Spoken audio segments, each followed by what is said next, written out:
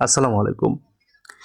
এই ভিডিওর মাধ্যমে আপনি যে বিষয়গুলো জানতে পারবেন সেগুলো হচ্ছে গত 12 জানুয়ারি যারা এগ্রিকালচার বা কৃষি খাতে আবেদন করা হয়েছিল বা ক্লিক করা হয়েছিল তাদের নুলুস্তার আপডেট এবং যারা নুলুস্তা পেয়েছেন তারা কীভাবে অনলাইনের মাধ্যমে চেক করতে পারবেন আপনার নুলুস্তা সঠিক কিনা এবং যারা এখনও পান নাই তারা কীভাবে জানতে পারবেন যে আপনার নুলুস্তা আসবে কিনা বা উঠবে কিনা বা আপনার আবেদনটা কোটার মধ্যে আছে কিনা এবং অনেকে নুলুস্তা পেয়েছেন বা অ্যাপয়েন্টমেন্টের ডেট নিতে পারছেন না। কী কারণে নিতে পারছেন না, A to Z বিস্তারিত আলোচনা করব এই ভিডিওর মাধ্যমে। প্রথমত আসি গত 12 জানুয়ারি 2026 সালের যে ক্লিক ডেটা হয়েছিল সেটার আপডেট। ইতিমধ্যে আমরা জেনেছি অনেক শহর থেকে কিন্তু আপনার নুলুস্তা ইস্যু হয়েছে, অনেকে নুলুস্তা পাচ্ছে এবং অনেকে নুলুস্তা যাচাই করতে পারছে না। তো আপনি কীভাবে যাচাই করবেন সেটা আমি এখন বলবো। আপনি দুটো মাধ্যমে যাচাই করতে পারবেন। প্রথমত হচ্ছে আপনার আপনার যে নুলুস্তা ওটার পিডিএফ ফাইল হবে আপনার 113 কেবির আশেপাশে, ঠিক আছে? এটা পিডিএফ ফাইল হবে। এর বেশি হলে আপনি ধরে নেবেন এটা এডিট করা। দেন হচ্ছে আপনি আপনার নিয়োগকর্তা বা আপনার মালিক, ইতালিয়ান যে মালিক আছে ওই মালিকের মাধ্যমে কিন্তু আপনার নুলুস্তাটা ইস্যু হয়েছে। তো ওই মালিকের একটা স্পিরিট আইডি আছে, স্পিরিট আইডি দিয়ে কিন্তু আপনারা চেক করতে পারবেন আপনার নুলুস্তাটা আসলে সঠিক কিনা। মোট কথা হচ্ছে যখন আপনার নুলুস্তা ইস্যু হয় সেক্ষেত্রে স্পিড আইডির মধ্যে পাঠানো হয় এবং ইমেলের মাধ্যমে পাঠানো হয়। তো এখন যেহেতু দালালের প্রতারণা করে সেক্ষেত্রে কিন্তু এডিট করে আপনাকে নুলুস্তাটা দিতে পারে।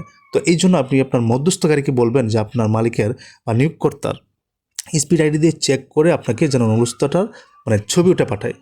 এখানে যদি আপনার এই অপশনগুলো আসে, এই যে এই অপশনটা যদি আসে তাহলে বুঝবেন যে আপনার নুলুস্তাটা ইস্যু হয়েছে। এখানে 3টা ধাপ থাকে, ঠিক আছে?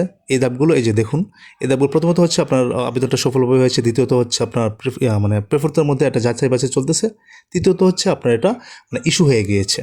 তো 2 নম্বর পদ্ধতি হচ্ছে আপনি যখন নুলুস্তাটা হাতে পাবেন সেক্ষেত্রে আপনি আপনার অ্যাপয়েন্টমেন্টের ডেট নেওয়ার জন্য বিএফএসতে জমা দেওয়ার জন্য কিন্তু আপনাকে একটা ডেট নিতে হবে, সেটা অনলাইনের মাধ্যমে নিতে পারবেন।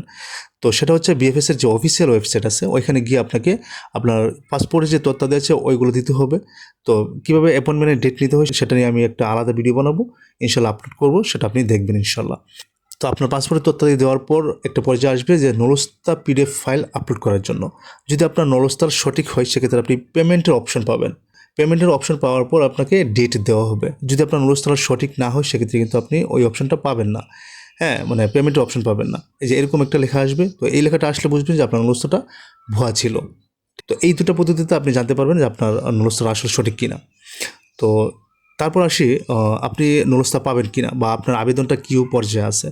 আপনার যে নিয়োগকর্তা আছে, ইটালিয়ান যে মালিক আছে ওই মালিকের স্পিড আইডি দিয়ে যেভাবে আপনি নুলুস্তা চেক করেছিলেন সেম ওরকমভাবেই কিন্তু আপনি জানতে পারবেন আপনার আবেদনের অবস্থাটা। সেটা কীভাবে জানবেন?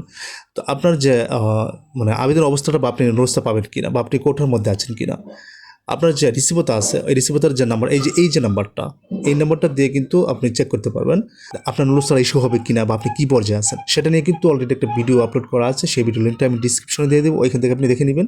ওইখানে বিস্তারিতভাবে বলা আছে।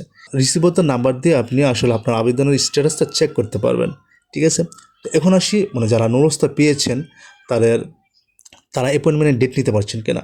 আমরা অনেকভাবে জানতে পেরেছি যে অনেক যাচাই বাছাই চলতেছে, আবার অনেকে ডকুমেন্টসের সমস্যা পেয়েছে, সেক্ষেত্রে আবার যাচাই বাছাই চলতেছে। আলিজ্য বাসা বাড়ির যে আপনার জন্য থাকার জন্য যে বাসাটা ওটা নিয়েও নাকি ওটারও ডকুমেন্টসও নাকি লাগবে।